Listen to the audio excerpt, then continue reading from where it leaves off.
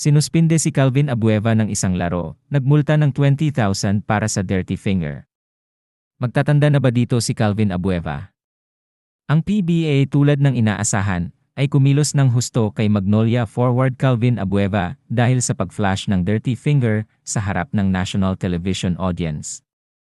Sinuspinde ng isang laro ni Commissioner Willie Marshall ang kontrobersyal na manlalaro at pinatawan ng 20,000 na multa matapos itong personal na makausap noong Miyerkules sa tanggapan.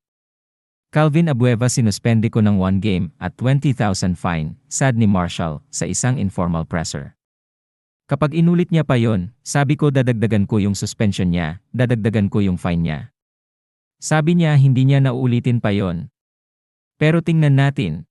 Ginulit ko ulit niya yun, sinabi ko sa kanya, dadagdagan ko suspension niya, dadagdagan ko ulit yung fine niya.